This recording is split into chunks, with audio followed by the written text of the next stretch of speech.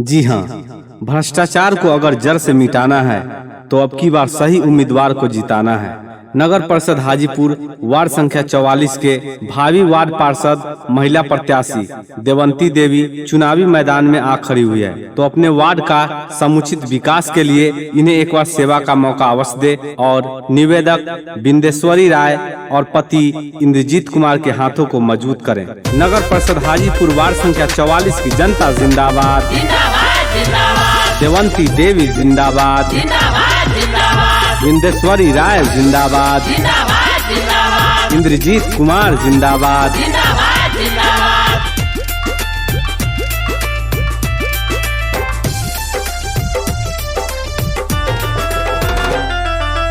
हमारी चुनावा के बहल हई हवा के करो झांसा में न जाई है गे बाहिनी।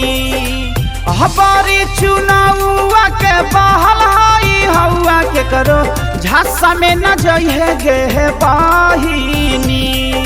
श्रीमती देवंती देवी के जीतई है वाडो पार्षद बनई है गे बहिनी। भैया इंद्रजीत कुमार के जीतई है वाडो पार्षद बनई है गे बहिनी। हमारी चुनावा के बहल हई हवा के करो झांसा में न जाई है गे बहिनी। श्रीमती देवंती देवी के जीतई है वाडो पार्षद बनई है गे बहिनी। भैया इंद्रजीत कुमार के जीतई है वाडो पार्षद बनई है गे बहिनी।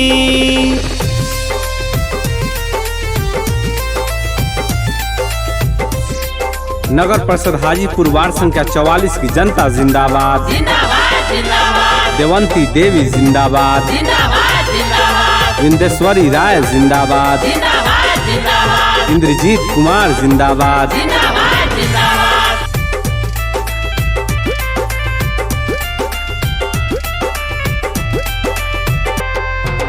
वृद्धा पेंशन इंदिरा आवास दिलावई है दी घस करवई है गे बहिनी। वृद्धा पेंशन इंदिरा आवास दिलावई है दी घस करवई है गे बहिनी। श्रीमती देवंती देवी के जीतई है वाडो पार्षद बनई है गे बहिनी। भैया इंद्रजीत कुमार के जीतई है वाडो पार्षद बनई है गे बहिनी।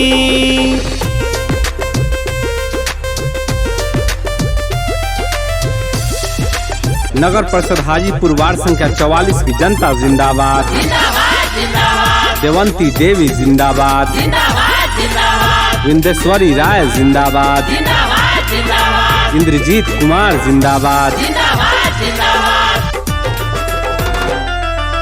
सावा का के सुनी है देवंती देवी के चुनी है बात ना भूलई है गे बहिनी। सावा का के सुनी है बिंदेश्वरी राय के चुनी है बात ना भूलई है गे बहिनी। इंदिरा आवास सबके पास करवई है इनके जीतई है गे बहिनी। श्रीमती देवंती देवी के जीतई है वाडो पार्षद बनई है गे बहिनी।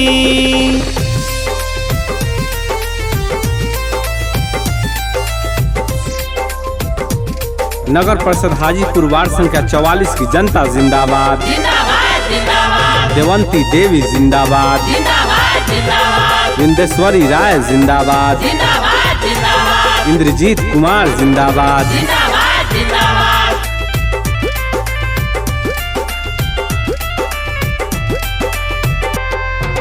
हमारी जे भूलबे तो 5 साल झूलबे दिल में बसई है गे बहिनी। हमारी जे भूलबे तो 5 साल झूलबे दिल में बसई है गे बहिनी।